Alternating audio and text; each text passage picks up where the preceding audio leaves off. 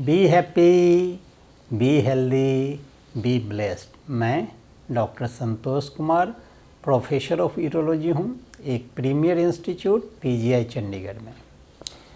Urology में मैं prostate cancer, kidney cancer, bladder cancer या अन्य तरह के कैंसर जो यूरोलॉजी से रिलेटेड होते हैं उसका इलाज करता हूँ। और ये पेशाब के थैली का कैंसर जिसे यूरिनरी ब्लैडर कैंसर करते हैं, पेशाब की थैली जो होती है पेट के निचले हिस्से में होती है, उसमें कैंसर होते हैं जो कि स्मोकर में बहुत ही ज़्यादा कॉमन होते हैं। आजकल नॉन स्मोकर में भी कॉमन हो गए हैं, जो इंसेक्टिसाइड वगैरह बहुत ज़्यादा यूज होने की वजह से। तो पेशाब की थैली में कैंसर जो होती है उसका दूरबीन द्वारा ऑपरेशन होता है या बायोप्सी होती है। तो जैसे ये देखिए, ये पेशाब की थैली है और ये पेशाब के रास्ते से दूरबीन के द्वारा जाके इस ट्यूमर को हम काट देते हैं पूरी तरह। ये ट्यूमर को काट के इसे फिर हम बायोप्सी के लिए भेजते हैं, ये देखने के लिए कि ये पेशाब की थैली की ट्यूमर जो गांठ है वो उसकी जड़ कितनी डीप गई है। ये देखिए, ये एक लेयर होता है, ये दूसरा मसल का लेयर होता है, ये तीसरा सीरोजा का लेयर होता है।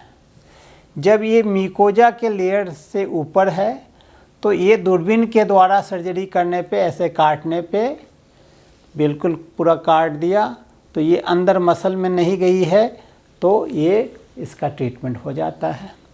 यदि ये ब्लैडर ट्यूमर, पेशाब की थैली का कैंसर, ये मसल में गई है तो फिर यदि पेशेंट फिट है तो ये ब्लैडर को निकालने की ज़रूरत होती है, पेशाब की थैली को बिल्कुल जड़ से निकालने की ज़रूरत होती है, जिसे रेडिकल सिस्टेक्टोमी कहते हैं। उसमें पेशाब का थैली या मसाना को पूरी तरह निकालना पड़ता है।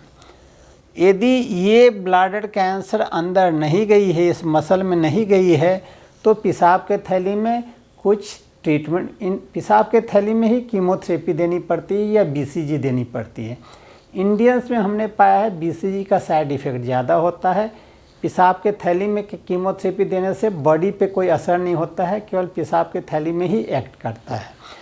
तो ये जैसे ब्लैडर ट्यूमर है, इसे काटने के बाद यदि इसकी गांठ अंदर डीप नहीं गई है तो पेशाब के थैली में दवा डालनी पड़ती है और हर 3 महीने पे फिर दूरबीन से जांच करानी पड़ती है, जिसे सिस्टोस्कोपी कहते हैं, और अल्ट्रासाउंड करानी पड़ती है।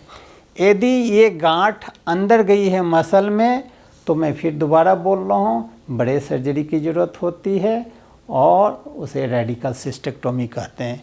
कभी कभी ये पेशाब की थैली का गांठ किडनी की नली को भी दबा देता है और पेशाब को बंद भी कर देता है और किडनी खराब होने लगती है तो किडनी में भी नली डालनी पड़ती है।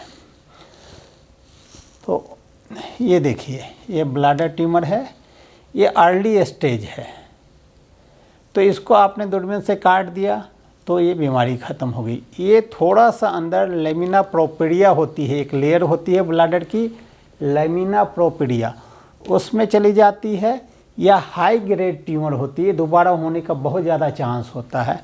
तो ऐसे कंडीशन पेशाब के थैली में मेडिसिन डालनी होती है, जिसे कीमोथेरेपी या बीसीजी कहते हैं।